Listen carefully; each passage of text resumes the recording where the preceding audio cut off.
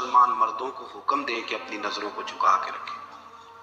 آگے جا کے عورتوں کے لیے بھی کہا کہ مسلمان عورتوں کو بھی حکم دیں کہ اپنی نظروں کو جھکا کے رکھیں. یہ جو نظر ہے نا، اللہ کے پیارے رسول علیہ السلام نے فرمایا یہ شیطان کے تیروں میں سے ایک تیر ہے. شیطان کے تیروں میں سے ایک ہے.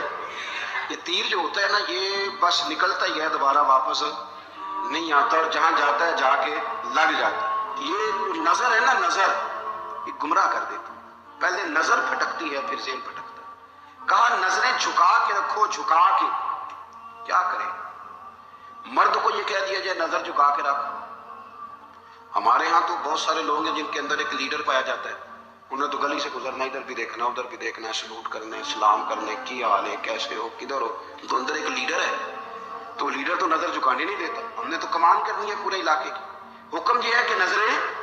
ایک صحابی فرماتے ہیں کہ نبی پاک صلی اللہ تعالیٰ علیہ وسلم نے ہمیں رستوں میں بیٹھنے سے منع کیا.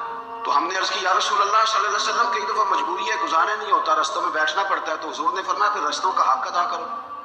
یا رسول اللہ رستے کا حق کیا ہے؟ فرمایا ایک تو آنے جانے والے کو سلام کرو، اور دوسرا یہ کہ رستے سے تکلیف دہ چیز کو ہٹاؤ، اور پھر فرمایا کہ بھلائی کا حکم دو اور برائی سے منع کرو، اور پھر فرمایا کہ رستے کا حق ہے کہ رستے میں رہنا ہے تو نظریں جھکا کے رہو.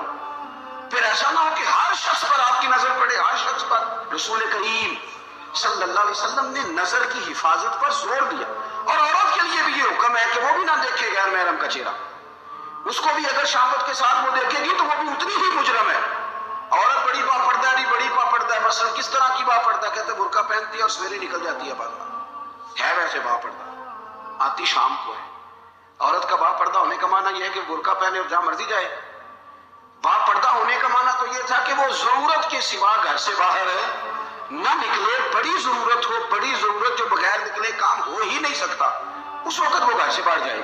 اب یہ کہ وہ نقاب اوڑھے اور برقعے بھی اللہ خیر کرے.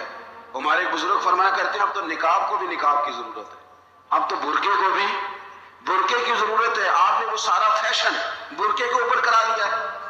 برقعے کا معنی تو یہ تھا کہ آپ نے اپنے آپ کو چھپانا ہے، کسی کی نظر نہ اٹھے. اور اگر آپ نے برقع ہی اتنا شاندار بنوا لیا کہ ہر عورت کو آپ پوچھ رہے ہیں کہ یہ اس طرح کسی اور نے تو نہیں بنوایا، تو پھر پیچھے بچا کیا؟ تو میرے رسول کریم صلی اللہ تعالیٰ علیہ وسلم نے فرمایا کہ پہلی دفعہ کسی کی کسی جگہ نظر پڑ گئی تو وہ معاف ہے. لیکن حضور نے فرمایا دوسری دفعہ جس نے نظر کی اس نے بالقصد اور بالارادہ کی. آپ کو بتاؤں، جن لوگوں کی نظریں ناپاک رہتی ہیں ان کا حافظہ کمزور ہو جاتا ہے. جن لوگوں کی نظریں ناپاک رہتی ہیں ان کی عبادت کی لذت چلی جاتی ہے. جن کی نظریں ناپاک رہتی ہیں وہ لوگ ذہنی طور پر اور قلبی طور پر تھوڑے تھوڑے پریشان رہنے لگ جاتے ہیں. جن لوگوں کی نظر ناپاک رہتی ہے ان کی کیفیت یہ ہوتی ہے کہ سب کچھ ہوتے ہوئے ان کا دل اچاٹ ہونے لگ جاتا ہے. نظر کی ناپاکی، چونکہ یہ وہ والا نشہ ہے جس سے کبھی بھی پیٹ نہیں بھرتا، ذہن نہیں بھرتا، تو بڑی سنجیدہ عمر تک بھی معاذ اللہ تعالیٰ یہ گناہ بندے کا پیچھا نہیں چھوڑتا. نظر کی صفائی میرے نبی پاک علیہ السلام نے فرمایا، مسند امام احمد بن حنبل میں کیا خوبصورت لفظ ہے. حضور نے فرمایا تیری نظر اگر کسی جگہ پڑ گئی تو واپس کر لے اور اللہ سے ڈر جا. تو نے اللہ سے ڈر کے اس نظر کو واپس پھیر لیا، تیرا وہ واپس پھیرنا اللہ تیرے لیے عبادت بنا دے گا. اور عبادت بھی وہ جس کے اندر اللہ تجھے لذت عطا فرمائے گا. عبادت بن جائے گا، اور عبادت بھی وہ جس کے اندر اللہ تعالیٰ لذت پیدا کر دے گا. تجھے قرار نصیب ہوگا کہ میں نے عبادت کی ہے.